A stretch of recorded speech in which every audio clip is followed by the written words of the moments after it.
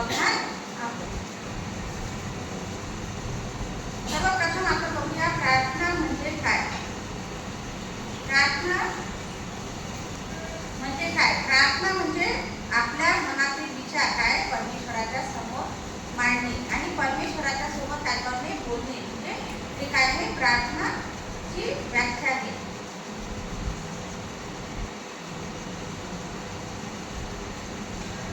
आणि प्रार्थना कोण करू शकते है ना. प्रार्थना तर आपल्याला करायचीच आहे पण प्रार्थना कोण करू शकतो है ना. ते पण खूप महत्त्वाचं आहे कारण की प्रत्येकच व्यक्ती प्रार्थना करतो का नाही. नास्तिक जे लोक असतात ते काय करतात प्रार्थना करत नाही म्हणजे कारण का ते देवालाच मानत नाही आणि म्हणून ते काय करतात प्रार्थना करत नाही. परंतु जे आपण स्वतःला प्रभूचे लेकरं समजतो किंवा आहो आपण कारण की आपल्याला प्रभूने निवडलेलं आहे आणि आपण इथे बसलेले जे पण इथे ह्या मंदिरामध्ये आज उपस्थित आहे ते प्रभूने निवडलेले लेकरं आहेत आणि म्हणून आपण काय करतो प्रार्थना करतो. त्याच्यासाठी आपण एक वचन बघू. वचनामधून बघूया मग याचा 6वा अध्याय आणि 9वे वचन आपण बघूया.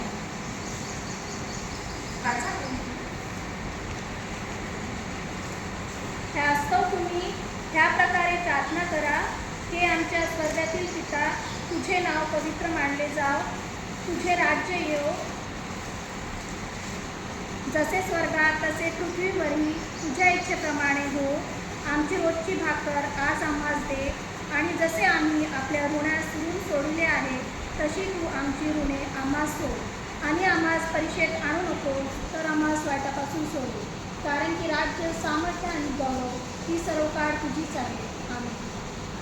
या ठिकाणी आपण बघतो की प्रभू येशू ख्रिस्त काय करायचे नेहमी त्यांचं काय होतं प्रार्थनामय जीवन होतं आणि नेहमी काय करायचे सकाळ संध्याकाळ आणि रात्रभर डोंगरावर जाऊन काय करायचे प्रार्थना करत असत आणि त्याच्यामुळे मग शिष्यांनी हे बघितलं आणि शिष्यांनी त्यांना काय म्हटलं प्रभू आम्हाला पण तू प्रार्थना शिकव.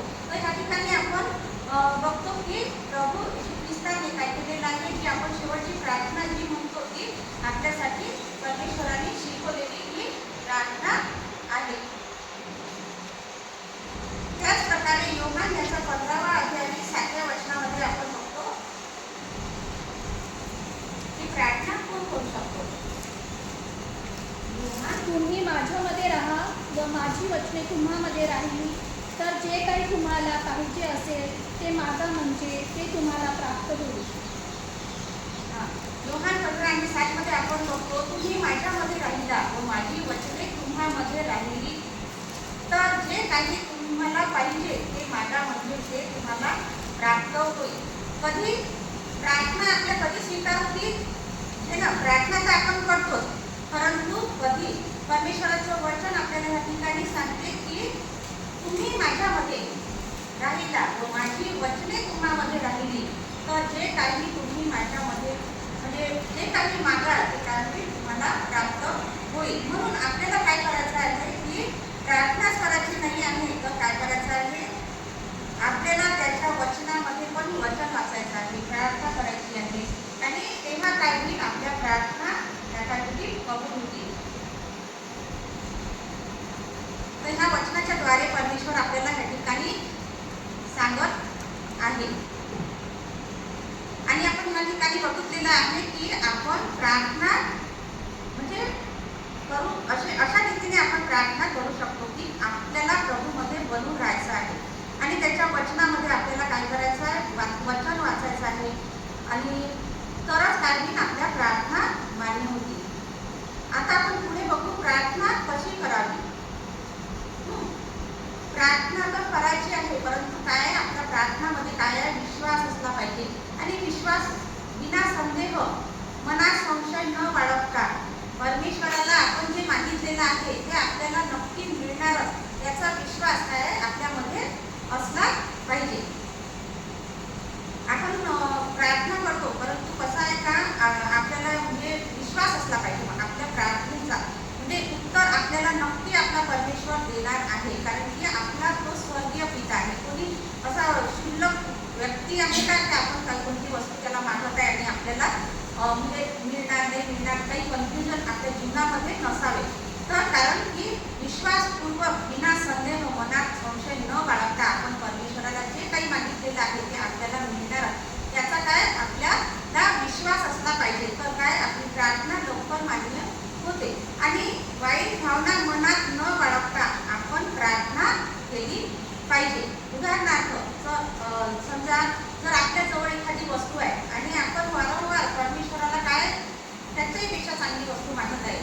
हां, एखादं घर आहे आपल्याजवळ, एक घर असताना आपण जर त्याच्यापेक्षा पण मोठी आणि मोठं घर परमेश्वराला मागत आहे, किंवा आपल्या शेजाऱ्याजवळ जर एखादी गाडी आहे आणि आपल्याजवळ समजा असताना पण आपण त्याच्यापेक्षा जर चांगली गाडीची इच्छा ठेवतो, तर याच्यात काय आहे, आपली भावना ही चुकीची आहे, नाही का. आपल्यामध्ये जेलस भावना त्या ठिकाणी दिसून येते की नाही, त्याच्याजवळ आहे म्हणून प्रभू मला पण पाहिजे आणि मला पण पाहिजे. तर त्याच्या ह्यामध्ये काय आहे, एक जिद्द दिसत आहे आणि ती चुकीची जिद्द आहे. ती चुकीच्या भावनांनी जर आपण प्रार्थना करत असेल तर आपल्या त्या प्रार्थना काय परमेश्वर पण स्वीकारत नाही. परंतु जरी आपली इच्छा आहे, परंतु प्रभूची इच्छा त्याच्यामध्ये काय आपल्याला पाहिजे आहे की नाही. आपली तर इच्छा प्रत्येक गोष्ट आपल्याजवळ असली पाहिजे अशी आपली इच्छा आहे, परंतु प्रभूची इच्छा त्यामध्ये असली पाहिजे. आपण एक वचन काढूया, याकूब 4 आणि 3.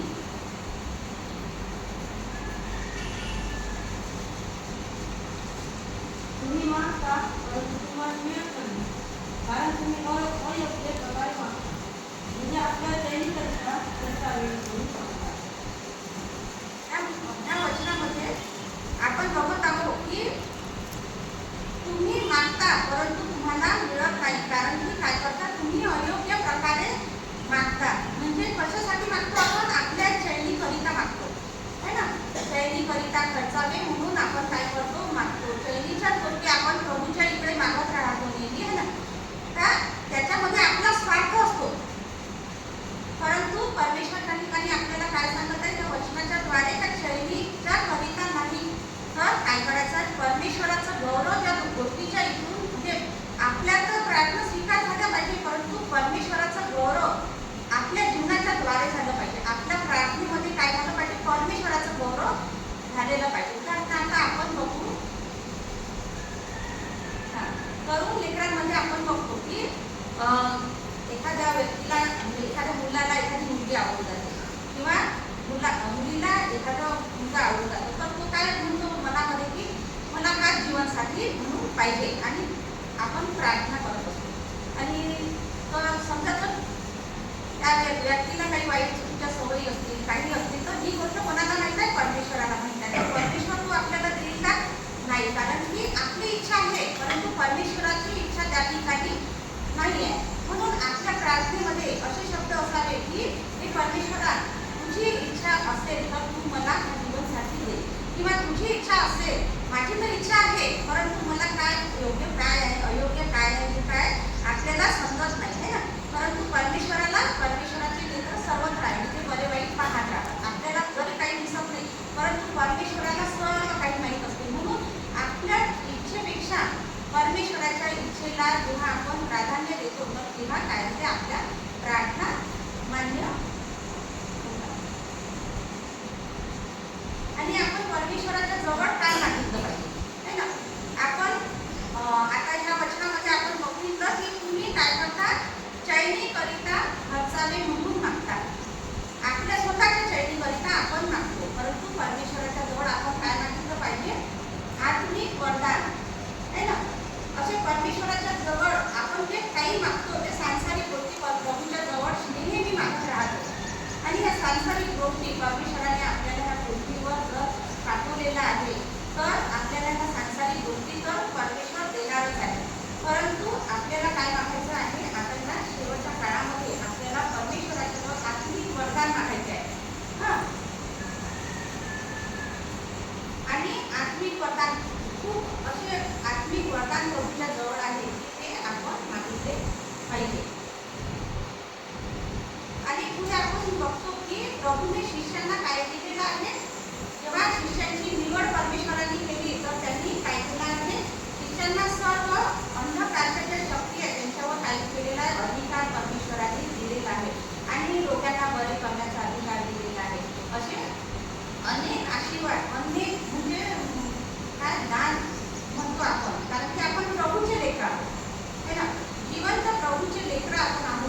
आपल्याला काय करायचं आहे, त्याच्यासाठी काहीतरी आपलं जीवन उपयोगात आलं पाहिजे अशा प्रार्थना आपल्या असाव्या. की आपण आपल्या शेजाऱ्यांसाठी पण प्रार्थना करायला पाहिजे. ते आजूबाजूचे लोक ज्यांना परमेश्वराची ओळख नाही, तर अशाही व्यक्तींना फक्त पास्टरलाच ही जबाबदारी दिलेली आहे का? ज्यांची बायबल ट्रेनिंग झाली, पास्टर आहे, तर अशाच व्यक्तींना ही जबाबदारी दिलेली आहे असं नाही. तर आपण प्रभूचे लेकरं, आपला बाप्तिस्मा झाला, परमेश्वराने आपल्याला निवडलेला, तर आपल्या प्रत्येक व्यक्तीची ही जबाबदारी आहे की आपण प्रत्येकाला म्हणजे जाऊन सुवार्ता सांगितली पाहिजे. येशू प्रभू हा जिवंत प्रभू आहे आणि तो सुद्धा करता आहे. त्याच्याशिवाय कोणीच त्या जगामध्ये कोणी म्हणजे कोणाला स्थान नाही आहे. तर असं आपण काय केलं पाहिजे, सुवार्ता प्रसार आपल्या जीवनातून एका तरी व्यक्तीला काय केलं पाहिजे, सांगितलं पाहिजे. आणि असे दान वरदान प्रभूला आपण काय केलं पाहिजे, मानितलं पाहिजे. मत्तई 6 आणि 7 मध्ये आपण बघू पुढे.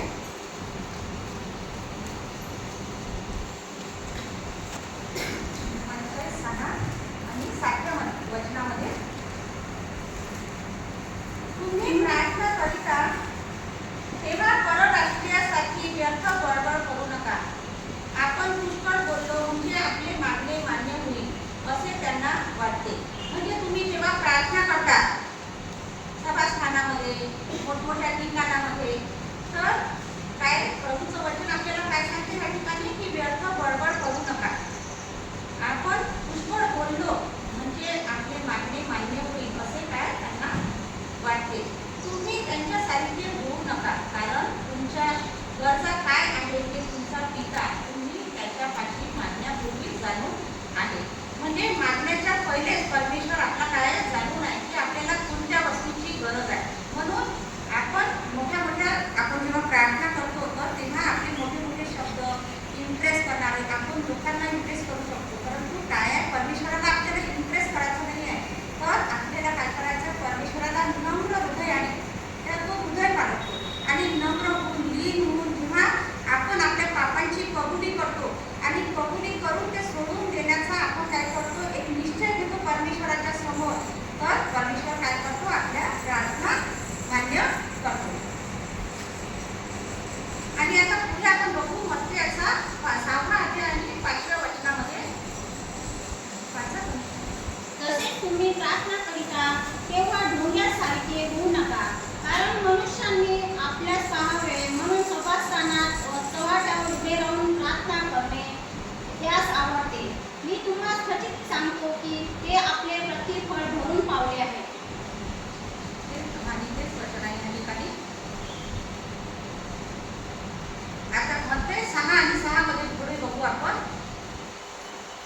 मत्तई 6 आणि 6 बघा.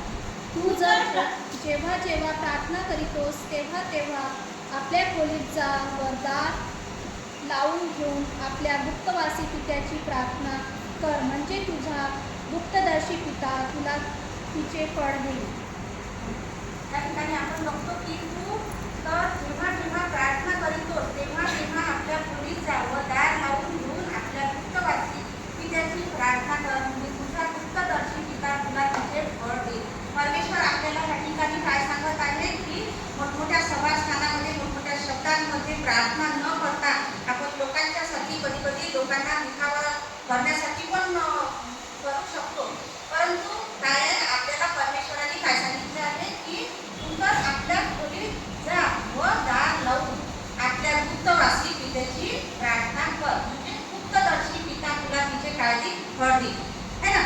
आणि आपण जेव्हा गुप्त प्रार्थना करतो तर आपल्या प्रार्थना काय होतात, परमेश्वर स्वीकार करतो, कारण आपला तो प्रभू आहे ना. आपण जेव्हा त्याच्याजवळ मन मोकळं करतो तर काय होतं, मनापासून अंतःकरणापासून आपण त्याला खरंच त्याच्याशी जवळीक एक निर्माण होते त्या ठिकाणी. आणि एकांतामध्ये आपल्या खोलीचं दार लावून आपण काय करायला पाहिजे, प्रार्थना करतो. आणि एक चित्त जेव्हा आपण होतो तर खरंच परमेश्वर काय करतो, त्याच्या सामर्थ्याने तो आपल्याला भरून काढतो आणि त्याचे काय फळं आपल्या जीवनामध्ये दिसतात.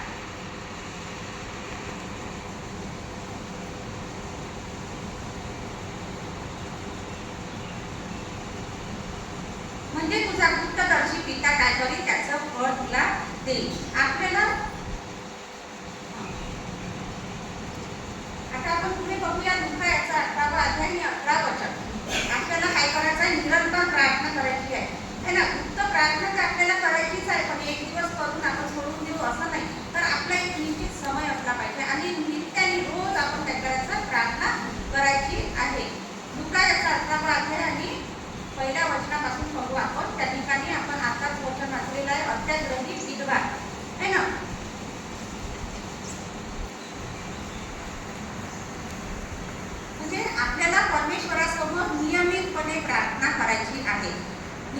नियमितपणे जेव्हा आपण प्रार्थना करतो तर तेव्हा काय होते, आपल्या प्रार्थना स्वीकार होतात.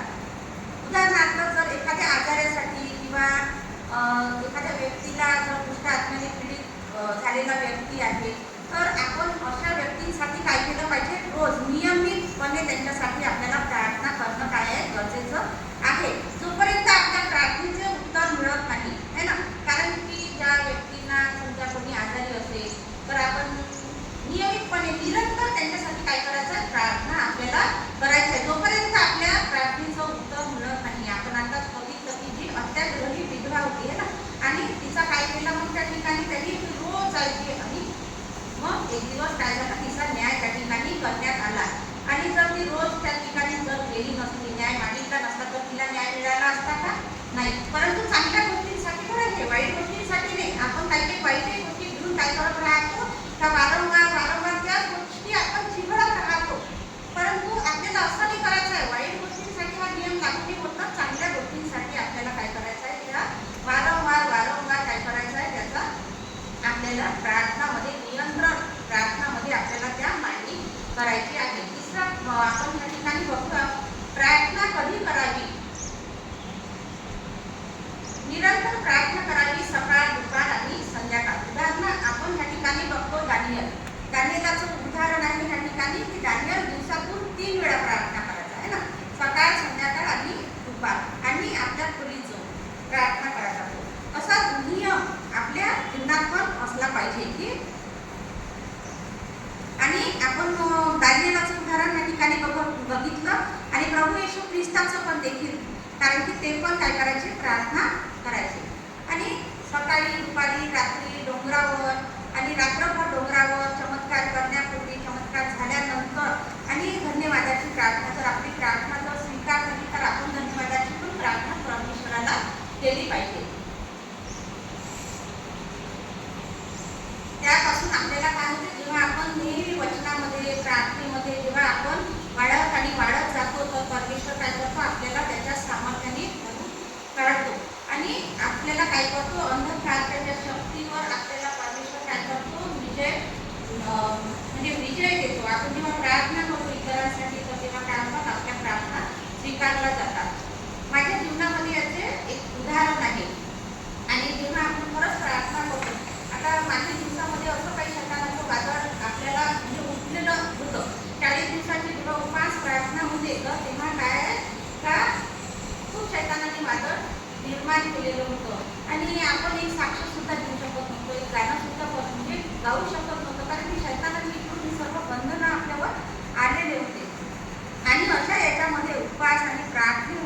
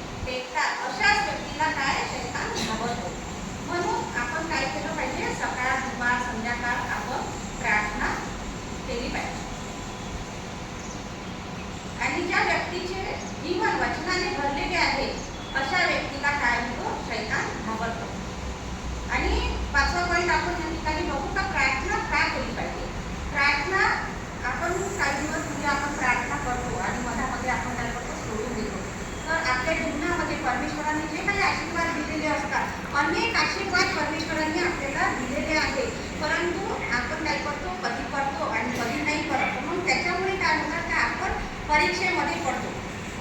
नाना प्रकारच्या परीक्षा आपल्या जीवनामध्ये येतात. जर आपण परमेश्वराच्या दूर गेलो तर आपण एकसारखे आपण समजा सकाळ दुपार संध्याकाळ आपण प्रार्थना करतो किंवा रोजही केली तरी चालते, परंतु काय आपण कधी करतच नाही. एखाद्या व्यक्ती असा असतो की करतच नाही, सोडून देतो, फक्त रविवारी चर्चला येणं जाणं असं. परंतु काय केलं पाहिजे, आपण परमेश्वरासाठी वेळ काढलेला पाहिजे आणि चर्चला आलं पाहिजे नियमितपणे. कारण की जर आपण परमेश्वराला जर आपल्या जीवनामध्ये प्रथम स्थान देत नाही तर मग काय होतात, आपल्या जीवनात अनेक परीक्षा येतात आणि त्या परीक्षेला आपल्याला काय करावं लागते, तोंड द्यावं लागते. अनेक आजार व्याधी शैतानाचे गुण आपल्या जीवनामध्ये येत राहतात. आणि आपण जर प्रार्थनामध्ये वचनामध्ये जर असलो तर काय होते, परमेश्वर ते स्वर्ग जे आहे ते आपल्याला पहारे देत राहतात आणि आपल्या जीवनात कुठलं संकट ते येऊ देत नाही. प्रार्थना न केल्यामुळे काय होते, प्रार्थना न केल्यामुळे काय होते, परमेश्वराच्या विरुद्ध आपण पाप करतो. आपण मोठे मोठे पाप आहेत का, नाही, तर लहान सहान पण पाप आहे. आणि प्रार्थना न करणे हे पण एक काय पाप आहे. स्त्रियांनो, परमेश्वराची दया म्हणजे ह्या दिवसात परमेश्वराची ही इच्छा आहे की आपण काय करावं, सामूहिक प्रार्थना करावी, वैयक्तिक प्रार्थना करावी, कौटुंबिक प्रार्थना करावी, आराधना करावी. आणि प्रभूची म्हणजे हीच प्रभूची इच्छा आहे. आपण आपल्याच इच्छा पाहतो, नेहमी आपल्याच इच्छा. आपल्याला परमेश्वराने इतकं सुंदर जीवन दिलेला प्रत्येकाला, परंतु आपण नेहमी आपल्या स्वतःच्याच इच्छा प्रभूच्या समोर मांडत राहतो. का बाप्पा माझी ही इच्छा आहे, माझी ही इच्छा पूर्ण कर. म्हणजे प्रत्येक इच्छा परमेश्वर आपली पूर्ण करतो, परंतु आपलं पण काही कर्तव्य आहे ना, का त्यांनी आपल्याला इतकं सुंदर जीवन दिलेलं आहे. तर परमेश्वराची इच्छा काय आहे, तर परमेश्वराची पण इच्छा जाणून घेणं आपलं काय कर्तव्य आहे. आणि परमेश्वराची ह्याच इच्छा आहे शेवटच्या काळामध्ये की आपण काय करायचं, नित्य प्रार्थनेमध्ये राहायचं आहे, निरंतर प्रार्थना आपल्याला करायच्या आहे. आणि म्हणूनच आता मागच्या दिवसांमध्ये असं घडलं का आपलं म्हणजे एकदम स्टॉप झाल्यासारखं होतं, सर्व काही सर्व मार्ग बंद होते. आणि निरंतर प्रार्थना जसं परमेश्वराने सांगितलं का फक्त प्रार्थना तुम्ही करा. आणि माझ्या नियमित प्रार्थना होते, माझी साक्षात. आणि जेव्हापासून उपास प्रार्थना चालू झाल्या, आपल्या चर्चचं वातावरण बिघडलं होतं, तर मी नेहमी परमेश्वराजवळ प्रार्थना करायची. आपण इथं अनेक म्हणजे चर्चमध्ये इकडे तिकडे बाहेर जाऊ शकतो, परंतु आपलं मंदिर हे काय आहे, आपलं स्थायी जिथं आपण राहतो. आणि तिथचं जे वातावरण पाहून मला खूप वाईट वाटायचं. आणि मी रोज परमेश्वराच्या जवळ मागायची की बाप्पा मला माझ्या चर्चमध्ये सर्व वातावरण बदलून पाहिजे, मी कुठं जाणार. परंतु माझ्या चर्चमध्ये मला सर्व काही पाहिजे, संडे स्कूल, तरुण सण, महिला सण आणि सर्व जीवन म्हणजे असं भरभरीत तुझ्या आत्म्याने भरलेलं असं मंदिर, असं वातावरण तुला कोणतीच गोष्ट अशक्य नाही. कारण की आपला परमेश्वर जिवंत आहे. आणि माझ्या परमेश्वराने खरंच आज मी माझी जिवंत साक्षी आहे का, माझी निरंतर प्रार्थना होती का बाप्पा माझ्याच मंदिरातलं वातावरण मला बदलून दे.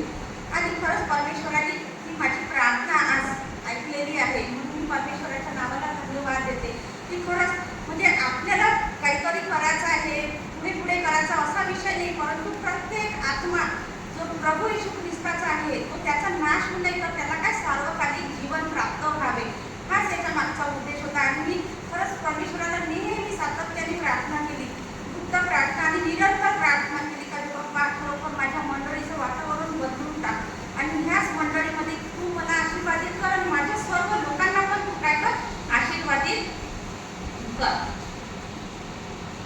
आणि आपल्याला काय करायचं आहे, आपल्या स्वतःसाठी प्रार्थना नाही करायच्या, तर आपल्याला इतरांसाठी पण प्रार्थना करायच्या आहे.